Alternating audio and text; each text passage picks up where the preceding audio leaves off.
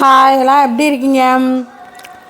இப்போ பார்சல்லாம் முடிச்சுட்டு இப்போ தான் கீழே இறங்கி வந்தேன். மணி 7 மணி ஆகுது. அங்கே அந்த பக்கம் காமிங்க. 7 மணி ஆகுது. ஏதோ ஒரு கேக்கு வாங்கிட்டு வந்திருக்காங்க பேக்கரியிலேருந்து சின்னதாக. அதை தான் சாப்பிட்டுக்கிட்டு இருக்கேன். என்ன பண்ண போகிறேன்னா, ரொம்ப நாளாக எனக்கு ஒரு ஆசை மோமோஸ் பண்ணணும் அப்படின்னு சொல்லிட்டு எல்லோரும் மோமோஸ் செஞ்சு சாப்பிட்றாங்க. நம்மளும் மோமோஸ் செஞ்சு சாப்பிடணுன்னு, ஆனால் அதுக்கு டைமே கிடைக்கல. இன்றைக்கி ஒரு முடிவாக இருக்கேன், மோமோஸ் செஞ்சிடணும் அப்படின்னு சொல்லிட்டு. வாங்க போய் செய்வோமா? அதுக்கு எல்லாம் போய் இனிமேல் ரெடி பண்ணி செய்ய ஆரம்பித்தோம்னா எப்படியும் 1 மணி நேரத்தில் செஞ்சிடலான்னு நினைக்கிறேன். நைட்டு டிஃபன் நம்ம வீட்டில் மோமோஸ் தான். வாங்க போய் பார்க்கலாம். அதுக்கு முன்னாடி பார்சல் போட்டு வந்தது களைப்பு. அது கொஞ்சம் தெம்பாக இருக்கிறதுக்கு கொஞ்சோண்டு கேக் சாப்பிட்டேன். இப்போ போய் வேலையை ஆரம்பிக்கலாம். ஆனால் ஆசையாக செஞ்ச இந்த மோமோஸே சாப்பிட முடியாமல் போயிடுச்சு. அதுவும் எதனாலன்னு பார்த்துருவோம். மைதா மாவு எடுத்திருக்கேன் பாருங்கள். இவ்வளோ ஒரு 1/4 கிலோ மாவு அளவுக்கு எடுத்திருக்கேன் மைதா மாவு. அதுக்கு தேவையான அளவு உப்பு போட்டுடலாம். தேவையான அளவு உப்பு, கொஞ்சோண்டு எண்ணெய், சமைக்கிற எண்ணெய் தான் 1 ஸ்பூனுக்கிட்ட ஊற்றிக்கிறேன். கலந்துட்டு தண்ணியை ஊற்றி நல்லா பிசைஞ்சு வச்சுருவோம். அது 1 மணி நேரம் ஊறணும் அப்படிம்பாங்க.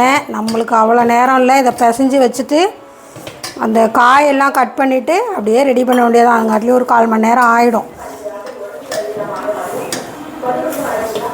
நல்லா சாஃப்டாக பிசைஞ்சு வச்சுருவோம். நல்லா சாஃப்டாக அது மாதிரி பிசைஞ்சு வச்சாச்சு. அதை ஓரமாக எடுத்து வச்சுருவோம்.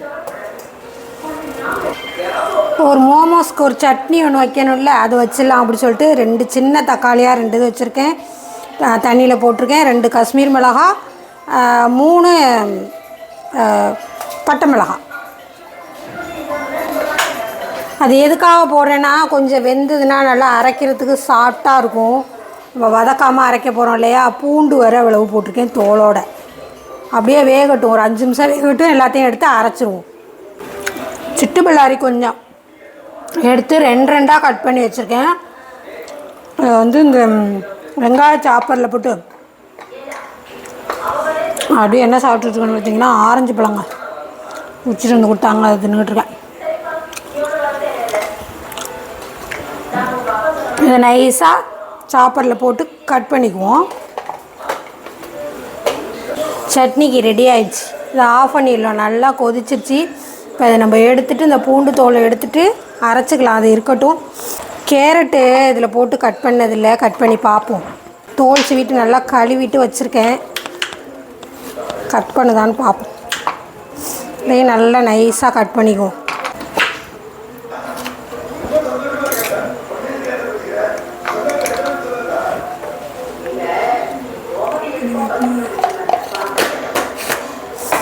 கொஞ்சமாக போட்டு கட் பண்ணிக்குவோம். நமக்கு தெரிஞ்சவங்க போன வருஷம் வாங்கிட்டு வந்து கொடுத்தாங்கன்னு சொன்ன இல்லையா, நல்லா யூஸ்ஃபுல்லாக இருக்குது. 2 வருஷம் ஆயிடுச்சு. ஆவா, சூப்பராக கட் பண்ணுதுப்பா. நீ பாருங்கள், நைஸாக கட் பண்ணியிருக்கு. 2 வருஷம் ஆகுது இது வாங்கி. வேலையெல்லாம் முடிச்சுட்டு நம்ம எந்த டிஃபனாக இருந்தாலும் ஏதாவது செஞ்சு சாப்பிட்ணும் அப்படின்னாலுமே இது மாதிரி நைட்டில் தான். சரி, இன்றைக்கி செஞ்சு சாப்பிட்லாம், நாளைக்கு செஞ்சு சாப்பிட்லாம் அப்படின்னு. ஒரு கேரட் தாங்க, அதுவே இவ்வளோ இருக்குது. ஒரு கேரட். அது மாதிரி இந்த கோஸ்லையும் கொஞ்சோண்டு கட் பண்ணி அதையும் அதிலே போட்டு விட்ருவோம். அப்படியே முழுசாக கழுவிடலாம்.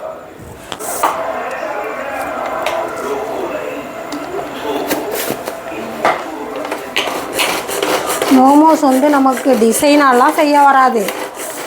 சும்மா அப்படியே கொழுக்கட்டை மாதிரி செய்வோம். நம்மளுக்கு டிசைனாக முக்கியம், டேஸ்ட்டு.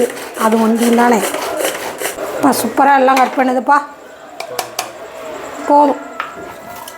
போதுமா? ஒரு குடமிளகா, ஒரு சின்ன குடமிளகா எடுத்துருக்கேன். அதையுமே அதிலே போட்டு கட் பண்ணிடலாம். கழுவிட்டு அதில் போட்டுக்கொண்டேதான். எல்லாத்துலேயும் ஒன்று போட்டாலே நிறைய இருக்குது. எல்லாமே ஈஸியாக சூப்பராக கட் பண்ணுதுப்பா. அது சின்ன பிளேடு தான் எவ்வளோ வேலை பார்த்து கொடுக்குது பாருங்கள் நமக்கு. இது மாதிரி நம்மளால் கத்தியால் கட் பண்ண முடியுமா, இல்லை அருவாமனையாலையும் அறிய முடியாது. இது நல்ல ஈஸியாக இருக்குது. இப்போ எல்லாம் கட் பண்ணி எடுத்துட்டோமா. லாஸ்ட்டில் கொஞ்சோண்டு கொத்தமல்லியும் கருவேப்பிலையுமே நைஸாக கட் பண்ணி அதையும் சேர்த்துக்கிட்டேன். ஒரு 6-7 பீஸ் வந்து பன்னீர், அதை சும்மா அப்படியே உதுத்து விட்டுடலாம். பாருங்கள் இது மாதிரி அப்படியே ஒரு பேஷன் நிறையா வந்துடுச்சுப்பா. ஒன்று போட்டாலே. தேவையான அளவு உப்பு. காரத்துக்கு நம்ம எதுவுமே போடலை, அதனால் நம்ம வீட்டு கறி மசாலாவில் ஒரு 1.5 ஸ்பூன், சின்ன ஸ்பூன் தான் இது, ஒரு 1.5 ஸ்பூன் போட்டுக்கிறேன், போதும்.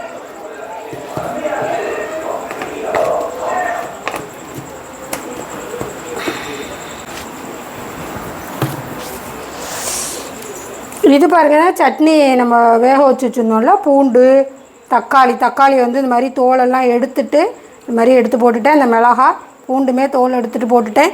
கொஞ்சோண்டு உப்பு போட்டுக்கலாம், அதுக்கும் கொஞ்சோண்டு உப்பு போட்டு இதை அரைச்சிக்கலாம். நல்லா இதை கலந்து வச்சிடலாம். பாருங்கள் எப்படி இருக்குதுன்னு சொல்லிட்டு ஆச்சு. இப்போது வந்து இந்த சட்னி அரைச்சி வச்சுட்டு, இந்த சட்னிக்கு வந்து கொஞ்சோண்டு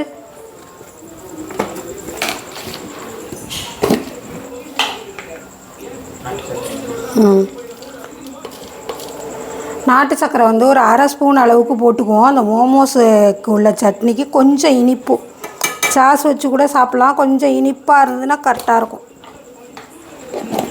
பாருங்களேன் இந்த சட்னி எப்படி கலர்ஃபுல்லாக சூப்பராக இருக்கா. 2 காஷ்மீர் மிளகாயும் போட்டோம், தக்காளியும் சேர்த்து வேக வச்சிட்டோமா. நல்லா ஃபைனாக அரைச்சி இந்த மாதிரி எடுத்துக்கணும். இதெல்லாம் கொஞ்சம் கழுவி ஊற்றிக்கலாம். பாருங்கள் பார்க்கவே அருமையாக இருக்குது. கொஞ்சோண்டு தண்ணி ஊற்றிக்கலாம். போதும். சட்னி ரெடி. இப்போ மோமோஸ் தான் ரெடி ஆகணும். அதை தேய்ச்சிருவோம். அவ்வளோதான். எப்படி இருக்குது பாருங்கள். ஃபைனலாக உருண்டையாக போட்டு நல்லா மெலிசாக சப்பாத்தி மாதிரி தேய்ச்சிட்டு ரவுண்டாக கட் பண்ணி அதுக்குள்ளே நமக்கு தேவையான அளவுக்கு நம்ம கலரி வச்சுருக்கோமா காய்கறி, அதை எடுத்து வச்சு நமக்கு தெரிஞ்ச டிசைனில் செஞ்சுக்க வேண்டியது தான். தெரியலையா அப்படியே உருண்டை மாதிரி உருட்டி கொழுக்கட்டையெல்லாம் செய்வோம் இல்லையா, அது மாதிரி மூடி வச்சு ஒரு 10லேருந்து ஒரு 15 நிமிஷம் இட்லி பானையில் வச்சு அவிச்சு எடுத்துகிட்டு சட்னி ரெடி பண்ணி வச்சுருக்கோம். அதை தொட்டு சாப்பிட வேண்டியது தான். ஆனால் இவ்வளோ தான் எனக்கு ரெடி பண்ண முடிஞ்சுது. அதுக்கப்புறம் நமக்கு ரொம்ப அவசியமான வெளியில் போகிற வேலை ஒன்று வந்துருச்சு. அதனால் இந்த வீடியோவை முடிக்கவும் முடியலை, இதை செஞ்சு முடிக்கவும் முடியலை. அப்படி ஆகிட்டு. நானே ரொம்ப நாளாக சாப்பிட்ணுன்னு நினச்சிட்டு இருந்தேன் அப்படின்னு சொன்னேன் இல்லையா, ஆனால் செஞ்சு முடிக்க முடியல. இன்னொரு நாள் கண்டிப்பாக மோமோஸ் செஞ்சு சாப்பிடுவோம். நீங்கள் இதே மாதிரி செஞ்சு சாப்பிட்டு பார்த்துட்டு எப்படி இருந்துன்னு கமெண்ட்ஸில் சொல்லுங்கள். இது வந்து நான் ஈவினிங் வந்து பார்சல்லாம் ரெடி பண்ணி போட்டோம் இல்லையா, பார்சல் போட்ட வீடியோ தான். பார்சல்லாம் போட்டுட்டு கீழே இறங்கி வரவே 7 மணி ஆயிடுச்சு. நம்ம எல்லாம் இதை செய்ய ஆரம்பிக்கவே லேட்டானதுனால அதை நம்மளால் முடிக்க முடியல, வெளியில் போகிற வேலை இருந்ததுனால. சரி ஓகே, இன்னொரு நாளைக்கு செஞ்சு சாப்பிடுவோம். வாங்க, எல்லாம் நல்லா இருக்கீங்களா? இன்றைக்கி ஞாயிற்றுக்கிழமை. உங்கள் வீட்டிலலாம் என்ன சமையல்னு சொல்லுங்க. நம்ம வீட்டில் என்னம்மா சமைச்சிக்கிட்டு இருக்க? என்ன சமையல்னு பார்ப்போமா? அம்மா அப்பாவுக்கு தான் சாப்பாடு எடுத்துக்கிட்டு இருக்கேன், கொண்டு போய் கொடுத்துடலாம் அப்படின்னு சொல்லிட்டு. சாதம், குழம்பு பாருங்கள், சிக்கன் வாங்கி சிக்கன் குழம்பு அப்படியே தளன்னு குழம்பு வச்சுருக்கேன். சிக்கன் குழம்பு.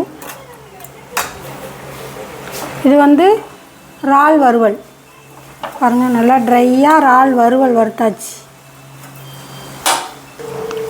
இது அம்மா அப்பா கொண்டு போய் சாப்பாடு கொடுத்துடலாம். இவ்வளவுதாங்க இன்றைக்கி நம்ம வீட்டு சமையல். ஞாயிற்றுக்கிழமை நம்ம வீட்டில் இதெல்லாம் தான் சமையல். உங்கள் வீட்டில் என்ன சமையல்னு கமெண்ட்ஸில் சொல்லுங்கள். பாய். அடுத்த வீடியோவில் பார்க்கலாம்.